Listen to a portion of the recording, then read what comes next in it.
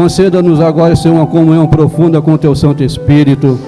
Que tudo que sair dos nossos lábios seja para a honra e glória e louvor do Teu nome. Direcione todas as coisas ao Pai, para que o Teu nome seja honrado, Senhor, aqui no nosso meio e as nossas vidas edificadas. Assim nós oramos em nome de Jesus. Amém. Aproveitar que os irmãos estão de pé, abra sua Bíblia, por gentileza. Pode tirar o fundo, João Vitor, por favor. Aleluia. Colossenses capítulo 1. Glória a Deus. Então leamos a palavra de Deus. Colossenses capítulo 1. Aleluia. Paulo, apóstolo de Jesus Cristo, pela vontade de Deus, e o irmão Timóteo, aos santos e irmãos fiéis em Cristo, que estão em Colossos, graças a vós e paz da parte de Deus, nosso Pai, e da do Senhor Jesus Cristo. Graças damos a Deus, Pai de nosso Senhor Jesus Cristo, orando sempre por vós, porquanto ouvimos da vossa fé em Cristo Jesus e do amor que tendes para com todos os santos, por causa da esperança que vos está reservada nos céus, da qual já antes ouvistes pela palavra da verdade do Evangelho, que já chegou a vós, como também está em todo o mundo, e já vai frutificando, como também entre vós, desde o dia em que ouvistes e conhecestes a graça de Deus em verdade, como aprendeste de Epáfras, nosso amado conservo, que para vós é um fiel ministro de Cristo, o qual nos declarou também o vosso amor no Espírito. Por essa razão, nós também, desde o dia em que ouvimos, não cessamos de orar por vós e de pedir que sejais cheios do conhecimento da sua vontade e de toda sabedoria e inteligência espiritual. Amém. Até aqui, em nome do Senhor. Pai, oramos a Ti, pedimos a Tua inspiração, iluminação, revelação da Tua santa e poderosa palavra. Que o Senhor seja o nosso professor, que o Senhor venha ministrar em nossas vidas. Ó Deus, que o Senhor repreenda qualquer obstáculo à Tua palavra, que a Tua palavra venha cair em nossos corações como boa semente caindo na boa terra arada, adubada e bem preparada para produzir fruto para a glória do Senhor. Ó Deus, aguça nossa inteligência espiritual para aprendermos a Tua palavra. Não deixemos ficar distraídos de forma alguma, mas que a igreja do Senhor desta noite receba a palavra do Senhor. Não seja o homem a falar, mas seja o Senhor, por meio da Tua palavra e do Teu Santo Espírito. Ó Deus, assim, na dependência do Senhor, completamente na dependência do Senhor, me entrego a Ti e te peço, ajuda-me, usa-me como um cano que transporta a Tua palavra, como o arauto do Senhor essa noite. E a nossa oração é que pela Tua graça o Senhor venha edificar as nossas vidas. Ajuda-nos a fazer valer a pena ter vindo ao culto essa noite, no nome de Jesus e para a Tua glória. Amém. Podeis assentar, meus amados e queridos irmãos. Aleluia. Meus irmãos, hoje nós estamos dando início a uma série de estudo na carta aos Colossenses. Nós terminamos na sexta-feira passada Gálatas, e hoje nós vamos começar aos Colossenses. Quero louvar a Deus pela vida desta querida igreja, desses amados irmãos e obreiros que estão sedentos e ávidos pela palavra de Deus. O nosso culto de doutrina é um dos cultos mais bem frequentados pela glória do Senhor. Deus abençoe os irmãos. Isso significa que os crentes são sérios, são dedicados, são pessoas que querem mais de Deus. Então, Deus seja louvado, toda honra, toda glória, todo louvor pelas vossas vidas. Mantenha a sua Bíblia aberta, por gentileza, na carta aos Colossenses, capítulo 1. Eu não sei se essa água foi colocada hoje, se eu posso beber ou se não. Glória a Deus. Bem, irmãos, o nosso tema do capítulo 1 é vencer heresias libera a frutificação. Quando nós vencemos heresias, somos capacitados, somos livres para poder frutificar. Heresias atrapalham a gente de frutificar, porque a heresia é um ensinamento errado, falso. Só que a heresia, qual o problema da heresia? Que a heresia parece verdade, ela parece verdade, e a pessoa fica iludida com aquilo, achando que é verdade, e acaba tendo anos e anos de crente, mas verdadeiramente infrutífero, sem a unção, sem o agir do Senhor verdadeiramente. Então, esse é o problema da heresia. Quando eu servi o exército, tinha uma dos comandos no exército que era o marcar passo. Tem o marcha, né? O comando, marcha, marchando para frente. Aí fala, de repente o comandante da ordem unida fala, marca passo. Aí a pessoa fica no mesmo lugar, exercitando, só que no mesmo lugar, marcando passo, não anda para frente. Tem muito crente na vida espiritual marcando passo por falta do conhecimento da palavra de Deus. O próprio Senhor Jesus disse em Mateus capítulo 22, versículo 29, errais, não conhecendo as Escrituras e nem o poder de Deus. São duas coisas, a Escritura e o poder de Deus. Para a gente, olha que a Escritura vem na frente do poder. Errar não conhecendo as Escrituras e nem o poder de Deus. Poderia ser o contrário, né? Errar não conhecendo o poder de Deus e a Escritura, mas não é. E na Bíblia, professora Jéssica, não tem nada por acaso. Tudo na Bíblia está na ordem certa, com o objetivo certo, tudo certinho. Então, primeiro precisamos conhecer as Escrituras para não confundirmos depois o que é poder e o que não é poder, o que é verdadeiro e o que não é verdadeiro, não é? Muito bem. Então, com esse propósito de vencer as heresias e frutificar e não ficar marcando passo, mas poder crescer em Deus, é que nós propomos estudar essa carta. Alguns aspectos introdutórios da carta aos Colossenses. Em primeiro lugar, precisamos entender que não escrevemos uma carta sem motivo. Quando eu vou escrever uma carta para alguém, né, existe sempre um motivo. Então, precisamos situar os irmãos de uma maneira rápida, sucinta, no contexto em que Paulo escreveu aos irmãos que estavam em Colossos. A palavra Colossos, ela vem do grego, que significa colossal, grandioso, colossal. Querido, esse diácono é abençoado, viu? Amém, Deus abençoe. Então, colosso vem do grego colossal, grandioso, que significa grandioso, é o nome Colossos. Muito bem. Colossenses era uma cidade, mas Paulo, onde ele estava para escrever essa carta?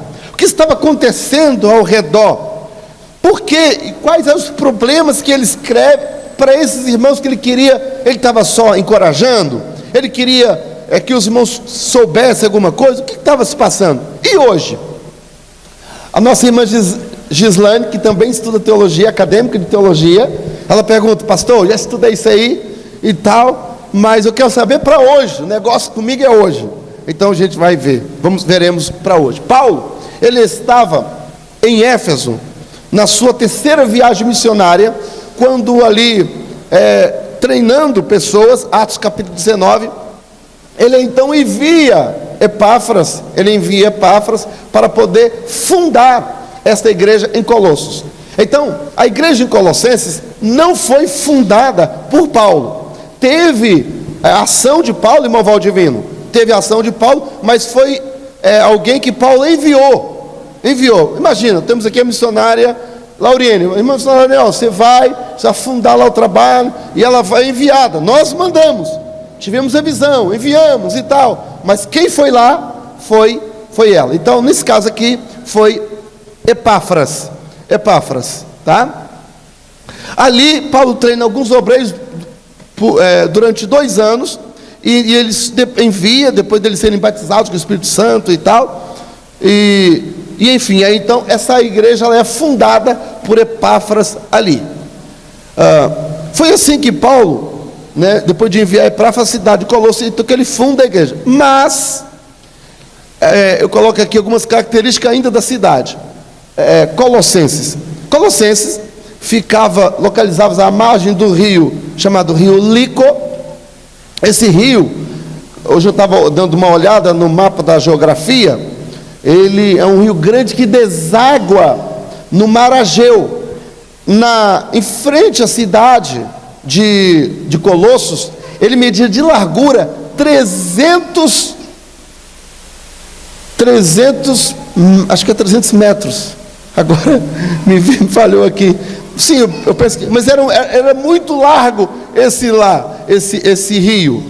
Ficava na Frígia, né, na Ásia Menor, Turquia hoje. Para você ter uma ideia de que região que eu estou falando, não tem as 7 igrejas do Apocalipse, na Ásia Menor? Então, Colossenses ficava nessa mesma região ali das 7 igrejas do Apocalipse. Vizinhas estava a cidade de Laodiceia e Hierapolis. Eram as cidades vizinhas de Colossos. Trata-se de uma região muito rica. Por quê? Produzia e importava lã preta, tinturas.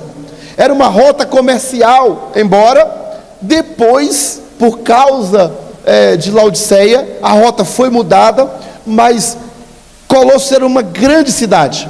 Uma cidade como Curitiba, talvez. Uma cidade rica, uma cidade importante, uma cidade onde o comércio girava e dava muito dinheiro naquela época. Ou seja, não era uma cidadezinha qualquer, era uma cidade, irmão Fábio, muito importante, a cidade de Colossenses. Eu estou falando de Curitiba. Algum irmão aqui já foi em Curitiba, no Brasil? Já foram? Irmão Fábio já foi? Quando eu fui em Curitiba, uma coisa que eu anotei lá, eu não vi flanelinha. Vocês chegaram a ver? Não vi um mendigo. Não pode. O governo não permite. E é interessante, acho que devia ser turista. Alguém passou, chupando bala, jogou o papel no chão. Vinha um senhorzinho, ele bateu no ombro, com licença, o senhor jogou o papel no chão, faz favor, aqui não se faz isso. Aí o rapaz foi lá, pegou o papel. A própria população ajuda a cuidar da cidade. Então Colossenses era uma cidade assim muito importante, muito bem cuidada. Ok, os habitantes de Colossenses eram misturados, tinham judeus e gentios também. Toda cidade, quando tem muito comércio, se você for a São Paulo, você vai ver muito japonês, você verá também muito colombiano, equatoriano, pessoal de outros países, porque eles vêm para explorar o comércio. Eu já fui em São Paulo algumas vezes, e é incrível, quando vai no Brás ali comprar roupa, que você vê de pessoas de tudo quanto é lugar. Então, Colossenses era assim também. Ainda aqui no aspecto introdutório, a igreja foi fundada na terceira viagem, como eu falei, por Epáfras, enviado por Paulo. Porém, a carta só foi escrita alguns anos mais tarde, por volta do ano 60 a 62, quando Paulo estava preso. Colossenses faz parte das 4 cartas da prisão. 4 cartas da prisão. E aqui eu quero explicar uma coisa. São essas cartas as da prisão. Ele escreveu de dentro da prisão. Efésios, Filipenses, Colossenses e Filemão. Essas cartas são cartas da prisão. Agora veja, 2 Timóteo, Paulo também estava preso. Só que ela não é classificada como carta da prisão. Por quê? Porque na classificação, Timóteo entra como carta pastoral. Carta pastoral. Gisele sabe disso, aqui o professor que chama, do Novo Testamento, o professor sabe muito bem disso. Então, mas o que eu quero dizer é que Colossenses faz parte de uma carta que Paulo estava preso. No campo teológico, existe uma discussão se era prisão em Éfeso, se era prisão ou Cesareia, ou se era prisão em Roma. Aí, que Paulo teve preso nesses lugares. Porém, a tradição atribui, quando essa carta foi escrita, Paulo estava preso em Roma. Então, mas há divergências. Mas a maioria dos teólogos pensam que de fato Paulo estava preso em Roma quando escreveu. Agora, irmãos, aí a irmã Elisângela, que é muito inteligente, pastor, O que isso tem a ver com a minha vida? Esse monte de teoria que você estava falando aí. Paulo estava preso, mas o evangelho não estava. Paulo estava preso, mas não se deprimiu, não desviou da fé, não desistiu do evangelho. Pelo contrário, de dentro daquela masmorra, escrevia cartas edificando a igreja. Era um instrumento de Deus, mesmo nos momentos difíceis. Eu quero dizer para você uma coisa essa noite: se você está passando por um momento difícil, saiba, você pode ser um instrumento de Deus, mesmo nos momentos difíceis. Na verdade, é aí que nós provamos o tal crente que nós somos, o tal servo que nós somos, é no momento difícil. Porque Satanás, a exemplo como fez de Jó, Satanás acusa, Satanás espera que você, quando está atacado pelas forças das trevas, que você venha negar a fé. Mas aí como você tem que fazer como Paulo mesmo e Silas, quando estavam na prisão, por ter expulso aquele demônio daquela jovem que adivinhava. Diz a Bíblia que perto da meia-noite ele cantava hino e os outros presos escutavam, mas de repente Deus mandou um terremoto naquela prisão. A prisão se abriu, o carcereiro se converteu. Sabe o que é isso? É alguém que sabe adorar a Deus em meio à luta, em meio à tribulação, em meio à dificuldade. Se você está passando um momento assim, com medo, a dificuldade batendo na sua porta, saiba, Deus quer te usar. Aleluia! Deus quer te usar. Nessa noite é noite de você se fortalecer em Deus, é noite de você olhar para frente, porque Deus está contando contigo. Bendito seja o nome do Senhor. É isso. Então logo depois Paulo foi preso, levado a Roma, e então escreve essa carta. E o objetivo de Paulo ao escrever essa carta era combater algumas heresias. E nós vamos falar aqui sobre as 10 principais heresias que Paulo escreveu a carta para combater. Eu não vou falar, não vou explicar detalhadamente todas elas, claro que não, porque essas 10 heresias, elas estão em toda a carta, ok? Elas estão em toda a carta. Então, ao longo do estudo, da série de estudos sobre Colossenses, nós então veremos essas heresias. Hoje nós vamos abordar uma, mas eu vou só citá-las. E nós vamos estudar uma que está no capítulo 1, tá bom? Primeira heresia foi a heresia gnósticas. Deus é bom, mas a matéria é má. Então os gnósticos diziam que o corpo de Jesus Cristo, ele não era real. Jesus não tinha nascido em carne. Eles diziam que o corpo de Jesus era só aparente. Ele não era, porque a matéria era má. E com essa filosofia doida, os gnósticos iam para os templos pagãos da prostituição, eles se retalhavam, e eles assim, desgastavam o corpo físico, virava noitada da cachaçada, sabe assim, tentando fazer, sabe o que? Matar a carne, segundo eles, ficando com fome, e assim, ficando sem dormir, tipo assim, castigando a carne, porque a matéria é má. E você sabe que tem muito crente, que quando a Bíblia fala da carne, tem gente que pensa que é a carne física.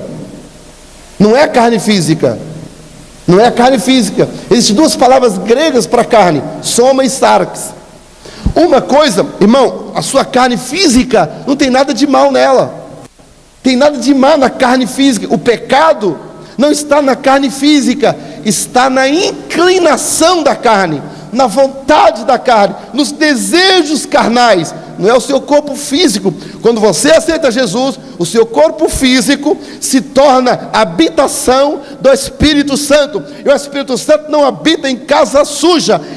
O Senhor nos lava e o seu corpo se torna habitação do Espírito Santo. Portanto, você deve cuidar bem do seu corpo físico, porque é habitação. Você deve fazer uma ginástica, fazer um regime, você deve controlar o colesterol, porque, entende? Você deve cuidar do seu corpo, porque o seu corpo é templo do Espírito Santo. Você está ficando barrigudo, faz abdominal. Não sei se vocês sabiam que a pessoa, quando mede aqui, mede aqui, se passar de 90 na barriga, ela está correndo um risco de ter uma parada cardíaca fulminante. Quando mede aqui, só isso, a pessoa que está medindo aqui, se passar de 90. É sério. Então, nós precisamos cuidar do nosso corpo. E os gnósticos, eles maltratavam o corpo, porque o corpo físico, mas o pecado está na inclinação, na parte espiritual que puxa a nossa carne, e não o corpo físico exatamente. Amém? Entendeu? Vamos continuar. A primeira heresia do gnóstico. A segunda heresia era que o corpo era ainda a heresia dos gnósticos ainda, mas só que voltada para o corpo. Jesus, ele era uma emanação de Deus, tipo assim, um Deus inferior. Ele não era Deus de Deus, como fala o concílio. Não, eles achavam que era um Deus. Como Jeová fala, já viu? A testemunha de Jeová tem raízes nessa heresia gnóstica, que fala que Jesus é Deus, mas é um deusinho menor. Um deusinho menor. Ou é Deus ou não é, poxa? Não é um deusinho menor. Terceira heresia, que o corpo de Jesus não era real, era aparente. Quarta heresia, Jesus não era humano. Quinta heresia, a salvação é concedida somente por elevado conhecimento. Quanto mais você for filosófico, aí você consegue a salvação. Heresia, né, falada lá no Colossenses. Outra heresia era o legalismo judeu. O judeu dizia que tinha que circuncidar. Olha só, na igreja de Colossos, irmão Mateus, pregador, tinha ali pessoas, tinha judeus e tinha também gentios. E os que estavam na igreja falavam assim: pô, você que não é dos nossos, se você quiser para o céu, você tem que circuncidar. Queria implantar o judaísmo dentro da igreja. Havia divisões no pensar, na doutrina, dentro da igreja de Colossenses. Então, Paulo escreveu para corrigir essas loucuras aí. Sétima heresia: rituais e cerimônias do Antigo Testamento para salvação. Já viu? Tem gente que fala: se não guardar o sábado, não vai ser salvo. São rituais do Antigo Testamento. Se comer carne de porco, não vai para o céu, não vai ser salvo. É porque são rituais do Antigo Testamento. E lá, em Colossenses, estava tendo isso. Coisas de alimento também. A gente vai ver aí os capítulos pela frente. Oitava heresia: salvação é concedida por meio de uma purificação de alimentos. Quanto mais você é aquilo que você come. Então, se você se purificar, você vai ser salvo. Olha só, se fosse assim, era muito fácil, né? Nem precisava Jesus ter morrido, né? Heresia. Culto aos anjos, irmão. Quantas pessoas que às vezes eu vejo, presbítero Cristiano, na igreja: Senhor, manda o anjo da cura. Irmão, eu estou terminando de ler a Bíblia esse ano mais uma vez. Eu leio a Bíblia todos os anos, irmã Jéssica.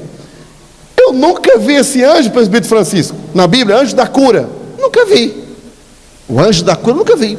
O que eu vejo é que quem cura é Deus. Jesus, ele cura. E o próprio Jesus falou: em meu nome, e porão as mãos sobre os enfermos e os curarão. Agora, não vejo nenhum Paulo falando. Não vejo Paulo falando: olha, receba o anjo da cura. Está indo aí o anjo da cura. Eu nunca vi isso na Bíblia. Mas há pregadores que falam isso. Só que isso é heresia. E não é da heresia nova. É heresia na época de Colossenses. Já tinha isso. Negócio de anjo de cura. 10ª heresia é que a crença no misticismo filosófico, onde a vida humana é como as plantas. É como as plantas. Já viu? Tem gente que quer se matar porque pensa que morreu aqui, acaba tudo. Não é assim não. Então, heresias que havia e muitas outras, né? Muito bem. Agora, com esse desafio de tantas heresias dentro da igreja, Paulo então escreve para os irmãos em Colossos. A igreja que estava naquela cidade, no Vale do Rio Lico, uma cidade cosmopolita, uma cidade importante, com porto comercial, rota comercial de Roma. Então, o pessoal andava bem vestido, altas carruagens. Aí lá estava a igreja. A igreja não tinha necessidade de finanças. A igreja era uma igreja que tinha dinheiro. Dinheiro não era problema para aquela igreja. Mas o pior problema era a heresia. Irmão, uma igreja adornada com heresia sucumbe com a igreja, mata a igreja. Mas a igreja da sã palavra, ela cresce. Aleluia, glória a Deus. Então, Colossenses capítulo 1, vamos nós? Dá uma olhada, versículo 1. Paulo, já começa assim: Paulo, apóstolo de Jesus Cristo, pela vontade de Deus, e o irmão Timóteo. Primeira coisa que nós aprendemos aqui com Paulo, apóstolo. Nas primeiras épocas que eu comecei a ler a Bíblia, eu pensava, o presbítero José Ney, nosso querido vice-dirigente da congregação, eu pensava que Paulo é meio metido a besta, rapaz. Já viu como é que ele começa? Paulo, apóstolo. Parecia, irmão Jorge, que estava se mitidando. Mas não. Era porque as pessoas, elas questionavam o apostolado de Paulo. Eles olhavam para Paulo e falavam: não, você não é apóstolo coisa nenhuma. E vinham as pessoas de Jerusalém e falavam assim: ó, esse aí, ó, é parolelo. Como é que é? Paroleiro. Falei certo, né? Paroleiro. Ele não é apóstolo coisa nenhuma. Primeiro, para ser apóstolo, tem que ter sido escolhido por Jesus quando ele começou. Tem que ter andado com ele aqueles 3 anos e meio. Tem que ter visto aqueles sinais que Jesus fez e tal. Paulo não fez nada disso. E detalhe, tem que ter, quando ele ressuscitou, no dia seguinte que ele ressuscitou, que ele apareceu aos 11, aos 12, tem que ter visto ele, tem que ter visto Jesus ressuscitado. Paulo, tempos depois que esse cara foi se converter, que nem sabe se converteu mesmo, está dizendo que é apóstolo, coisa nenhuma. Então o apostolado de Paulo era questionado, irmão Marivaldo. E aí, por isso, querido irmão Hércules, que Paulo, ele começa: Paulo apóstolo, ele fala, apóstolo de Jesus Cristo, pela vontade de Deus. Está falando: não sou eu que quis ser apóstolo, ninguém me chamou, senão, humanamente falando, senão o próprio Senhor. Eu sou apóstolo da vontade de Deus. Paulo tinha convicção. Irmão, nós devemos ter convicção do nosso ministério, se a pessoa acredita ou não, se a pessoa valoriza ou não, se as pessoas, não importa, o que importa é que você está no centro da vontade de Deus, fazendo aquilo que Deus te chamou para fazer. Só não pode estar enganado, né? Mas se você tem convicção, força, amém? Paulo apóstolo. A palavra apóstolo vem do grego apóstolos. Agora, eu notei aqui, a origem significa enviar para longe. Por quê? O termo após, aqui, o termo apo, significa enviar para longe. Apo, enviar para longe. Então, apóstolo é aquele que é enviado para longe. As pessoas hoje, no século 21, querido irmão Jorge, tem gente que pensa que apóstolo é porque é mais do que pastor, é mais do que bispo, é mais do que... pai, eu sou apóstolo, hein? Irmão, apóstolo não tem nada a ver com hierarquia. Apóstolo é enviado para longe. Você quer ser apóstolo? Tá bom, então vamos te enviar para longe. Apóstolo é isso. Apóstolo é isso.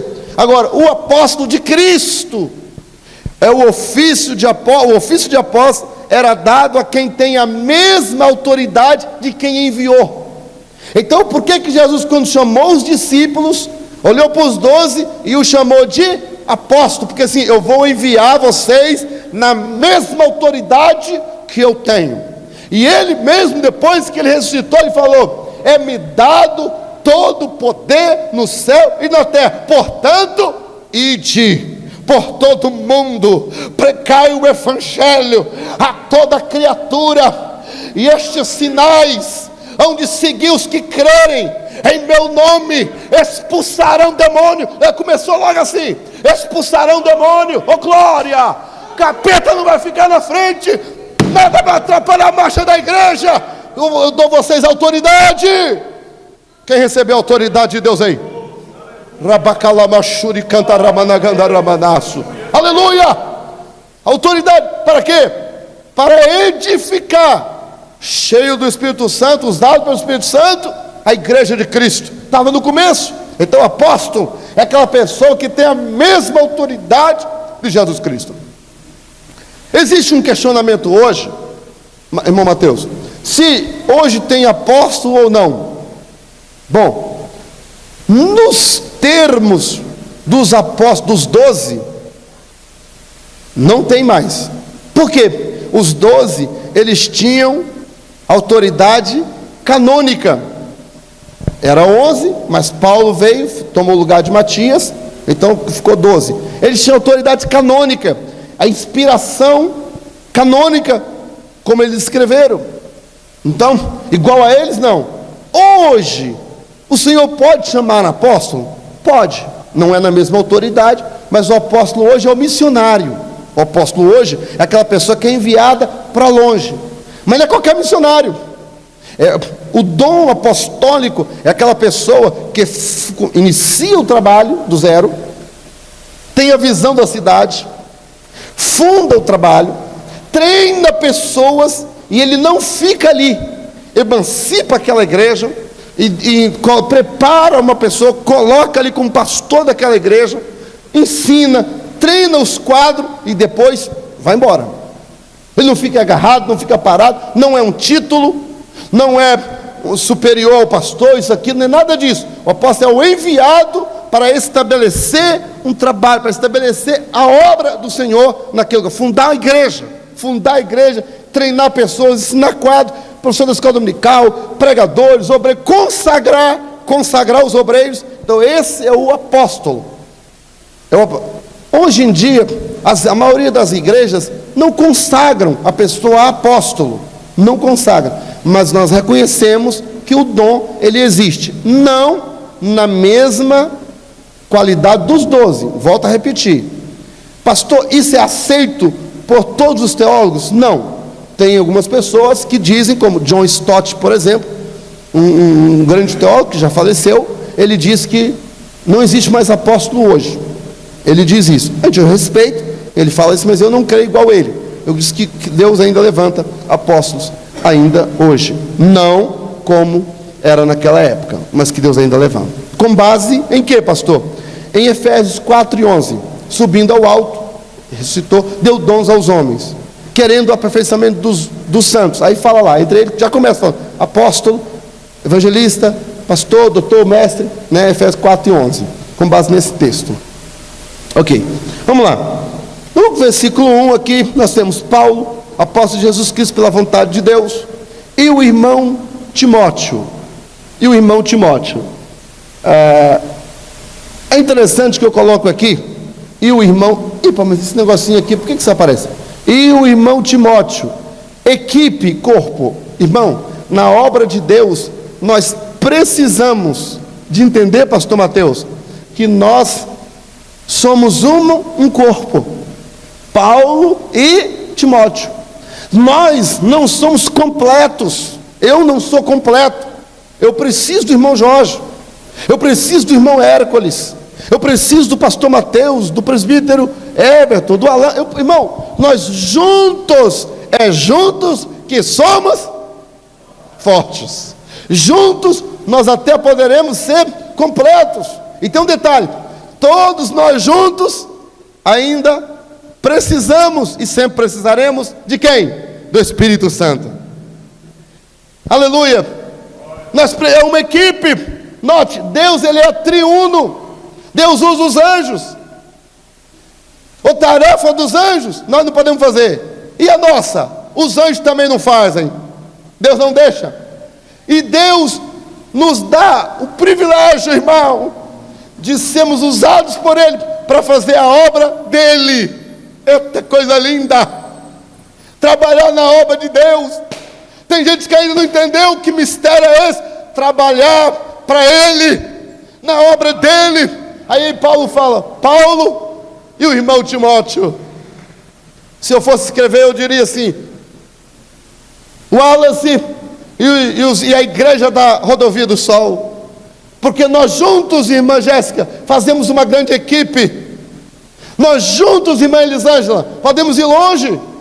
Então, esse ensinamento, irmão, ninguém é nada sozinho, irmã Marina. Ninguém é o bam, a única bolacha dos pacotes de biscoito. Não, Arthur. Hein, Arthur? Arthurzinho, é isso aí. Nós precisamos do Espírito Santo, nós precisamos de Deus, nós precisamos uns dos outros. Nós precisamos.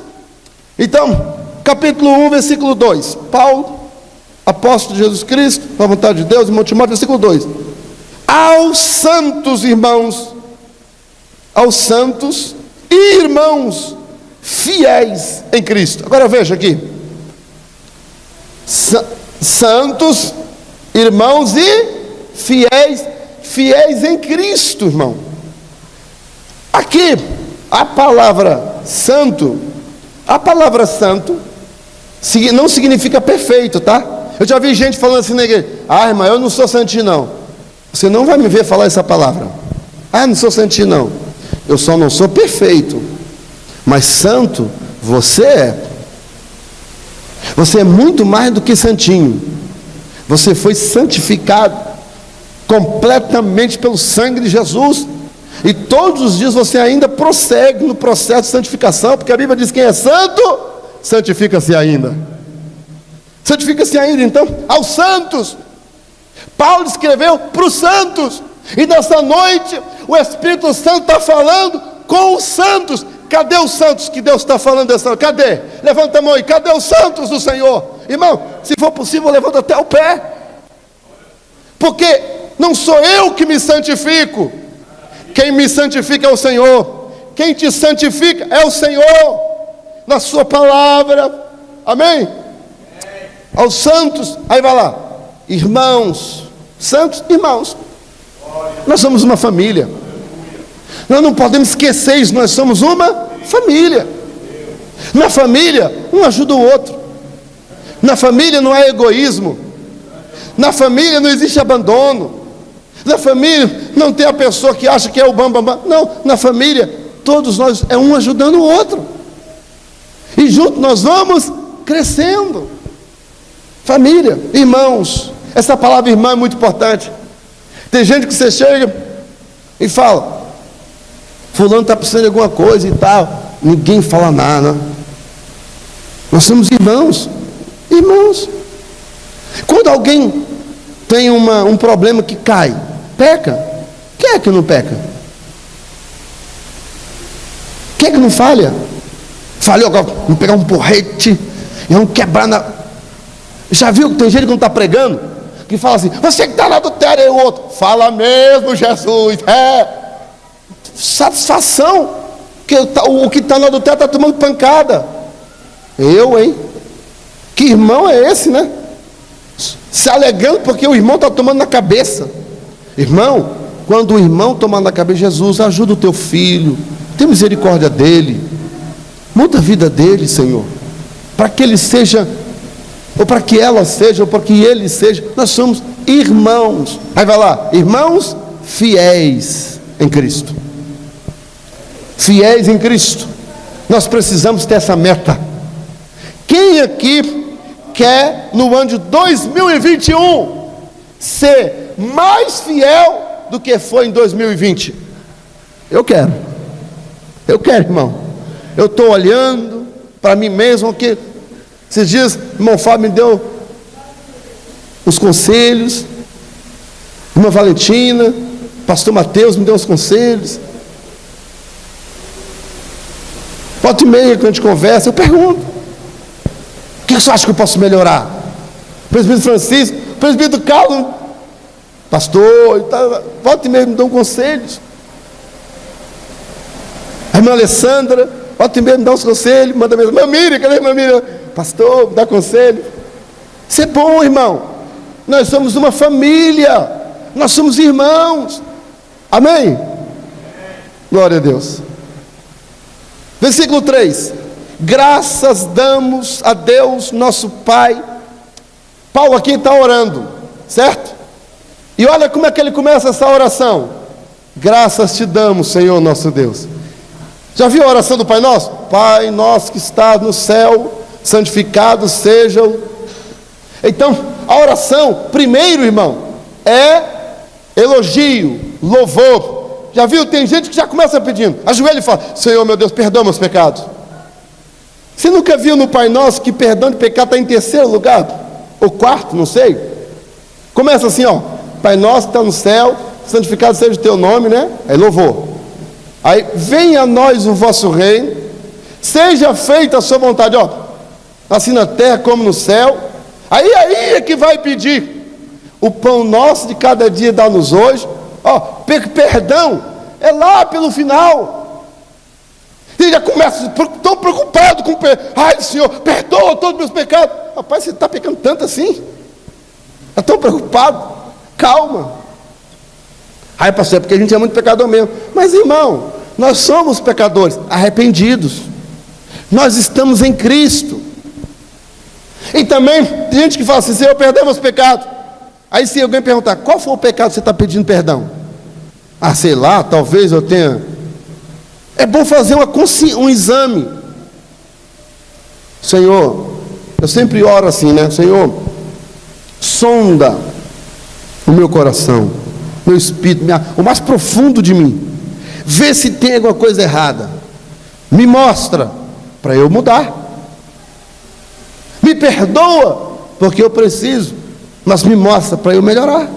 Porque, irmão, se eu não entender que eu estou errando, eu vou continuar em doce. Eu vou continuar fazendo errado. Quando você errar, o Espírito Santo na tampa vai dizer: você fez mal, você errou, isso não se faz. Se o Espírito Santo não falar pessoalmente com você, vai usar alguém. Como uma vez usou o presbítero Francisco. Falar comigo: pastor, rapaz, que caiu a ficha. Falei: meu Deus, fui para casa, fui orar: Senhor, me perdoa realmente, eu tenho que mudar. Deus usou ele lá para me alertar. Agora tem gente que se acha que é tão dono da verdade, que ninguém é o intocável. Ninguém pode chegar para ele. Nós somos irmãos. O grande aqui na igreja se chama Jesus. Aleluia. Ele sim. Glória a Deus. Então, irmão, Paulo começa orando. Olha, é que a hora é tão coisa, né? Paulo começa orando, ações de graças. E note aí, está com a sua Bíblia aberta? Graças damos.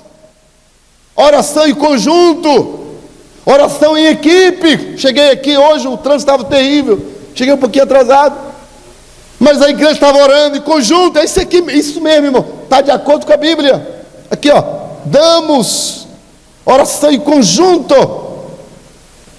tá?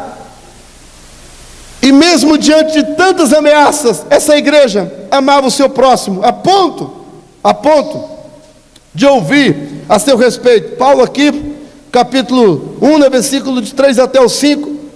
Graças damos ao Pai de nosso Senhor Jesus Cristo, orando sempre por vós, orando pela igreja, orando uns pelos outros, porquanto ouvimos da vossa fé em Cristo. Paulo fala: eu e Timóteo, nós ouvimos a respeito de vocês, dessa igreja aí. E a pergunta, irmão Mateus, pastor Mateus, demais irmãos em questão, irmã Denise, a pergunta é essa, irmã: o que eles estão ouvindo aí da nossa igreja?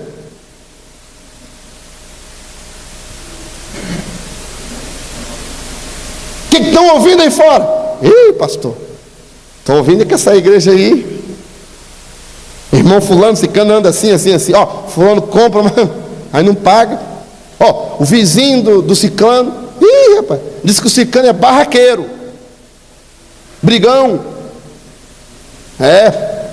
xinga os olhos, xinga. Lá, uma certa igreja que fomos trabalhar, eu não era o pastor, eu era o pastor auxiliar. Tinha um irmão que trabalhava no som, rapaz, o cara xingava o jovem, adolescente, o cara escandalizado, tanto que ele xingava na hora do culto, palavrão mesmo, cabeludo, entendeu? E às vezes, que tipo de crente é esse, que xinga palavrão assim, chulo, pesado, né? Nenhum tipo de xingamento é permitido, claro. Mas agora veja aí, versículo 4: porquanto ouvimos da vossa fé. Fé aqui é a vida cristã. Ouvimos do vosso estilo de vida, a fé que vocês têm em Jesus, como é que vocês vivem. Então, irmãos, que as pessoas que convivem com a gente, quem não conhece a gente, se falar mal da gente, olha, eu vou abrir um parênteses aqui, para mostrar uma coisinha aqui aos irmãos. Abra aí comigo, por favor, em 1 Pedro, obrigado, capítulo 3, versículo 16. Tendo uma boa consciência, para que naquilo em que falam mal de vós, como malfeitores, fiquem confundidos os que blasfemam do vosso bom procedimento em Cristo, porque melhor é que padeçais fazendo o bem, se a vontade de Deus assim é, do que fazendo mal, porque Cristo padeceu uma vez pelos pecados, justos pelos injustos, para levar-nos a Deus, mortificando na verdade a carne, mas vivificado em espírito, qual também foi pregar os espíritos em prisão, os quais no outro tempo. Mas é esse texto aqui que eu quero falar, exatamente o versículo 16, tendo a sua boa consciência. E olha o versículo 14, o versículo 13, no qual é aquele que qual é aquele que vos fará mal se fordes zelosos do bem, mas também se procederdes por amor da justiça, mas também se padecerdes por amor da justiça, sois bem-aventurados, e não tenhais medo deles, nem vos turbeis, antes santificai Cristo em vossos corações. É isso mesmo. Então nesse texto aqui, versículo 16, diz que tendo a sua consciência, alguém fala mal de você, alguém te critica, mas tudo que falam não é verdade. E Mateus capítulo 5,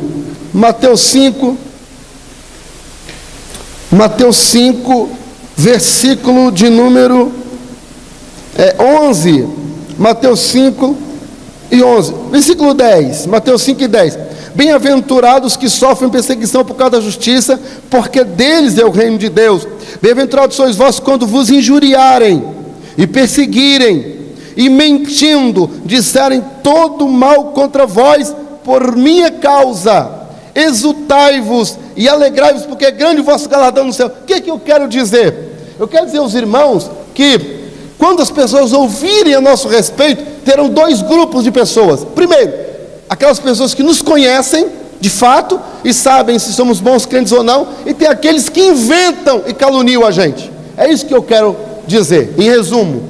Então, se caluniam, falam mal, você não é nada daquilo, esquece, fique em paz, deixa, está na mão de Deus. Agora, o pior é se falam mal da gente e a gente realmente deve. Aí que é o negócio. Vamos andar aqui rápido por causa da hora. Paulo revela no versículo 6, diz assim, Colossenses 1 e 6, que já chegou a vós, como também está em todo o mundo. O que chegou a vós? O Evangelho. Olha aí o versículo 5, eu vou ler o versículo 3 até o 5. Graças damos a Deus, Pai de nosso Senhor Jesus Cristo, orando sempre por vós, porquanto ouvimos da vossa fé. Foi aquilo que eu acabei de falar. Ouvimos a respeito da vossa fé em Cristo Jesus e do amor que tendes para com todos os santos. Era uma igreja amorosa. Por causa da esperança que vos está revelada nos céus, do qual já antes ouvistes pela palavra da verdade do Evangelho. Olha aí, a palavra do Evangelho, aí fala, e que já chegou até vós, essa palavra do Evangelho já chegou a vós, como também chegou em todo. Como é que está aí? Me acompanha aí na sua Bíblia. Já chegou em todo mundo, já ou não já? Agora eu quero abrir um parênteses aqui rápido. Vamos comigo a Mateus, o Evangelho que já chegou em todo mundo. Vamos a Mateus, capítulo de número 24, rapidinho, Mateus 24, versículo 14. Lá falou que o Evangelho chegou em todo mundo, não chegou? Atenção aí, pessoal das missões, hein? Mateus 24, versículo 14. E este Evangelho do reino será pregado em todo o mundo e testemunha a todas as gentes, então virá Então, Jesus falou que o Evangelho, se fosse pregado em todo o mundo, viria o fim. Por que não veio o fim?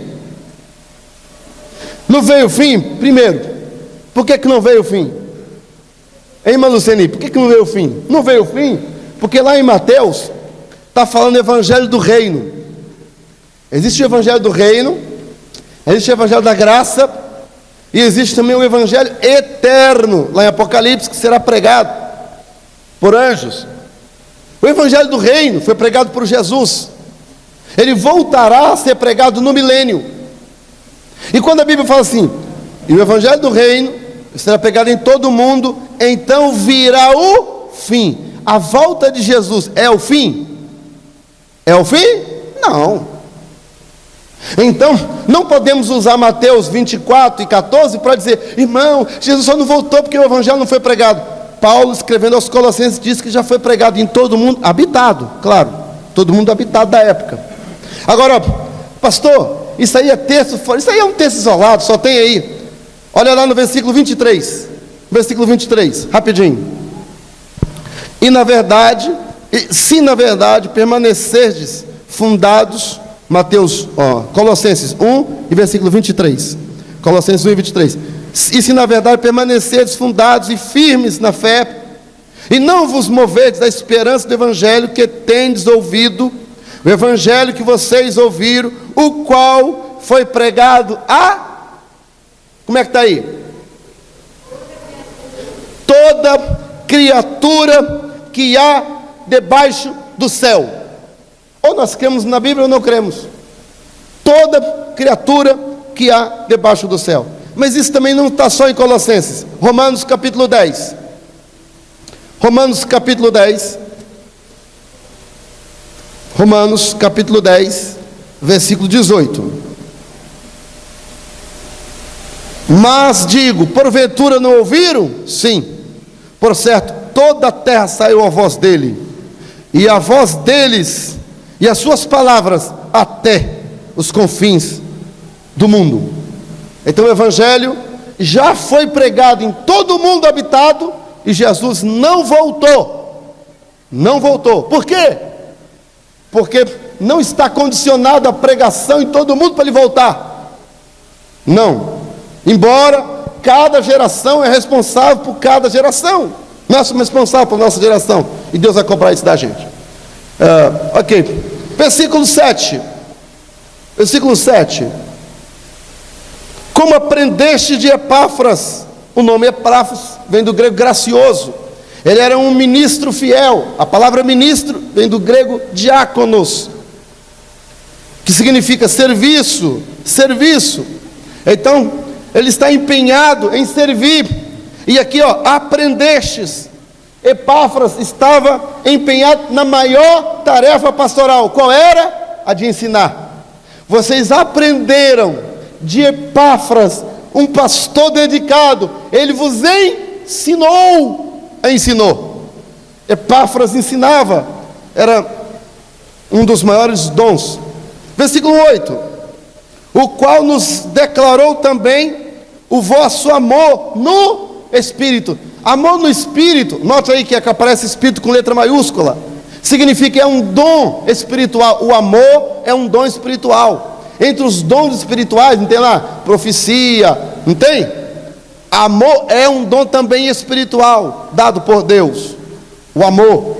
A igreja precisa desse dom do amor. Tem gente que não ama, né? Versículo 9. Por essa razão, Paulo aqui cita 4 razões. 4. Primeira razão, ouvimos a vossa fé. Versículo 4. Por essa razão. Qual razão? Por esta. Esta qual? Versículo 4. Ouvimos a vossa fé. Segunda razão. Versículo 6. E vocês vão frutificando o fruto. Terceira razão. Capacidade de assimilação. Vocês aprenderam. Epáfras ensinou e vocês aprenderam.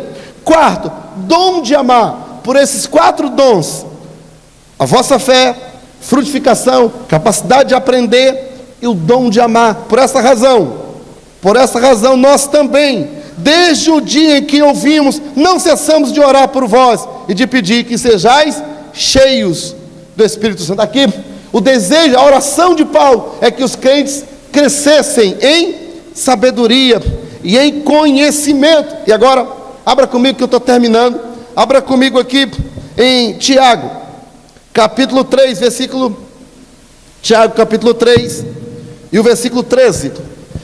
Essa sabedoria E esse conhecimento que o apóstolo Paulo está falando é o conhecimento, não é conhecimento material, não é conhecimento filosófico, não é conhecimento de letra, não é isso. É conhecimento de Deus, sabedoria de Deus. Versículo Tiago 3:13. Quem dentre vós é sábio e inteligente? Mostre pelo bom trato as suas obras em mansidão de sabedoria. A pessoa sábia, ela é mansa. Mas se tendes amarga inveja e sentimento faccioso é disputa. Não vou nem dar exemplo não, faccioso em vosso coração, não vos glorieis, nem mintais contra a verdade. Essa não é a sabedoria que vem do alto, mas é terrena, animal e diabólica.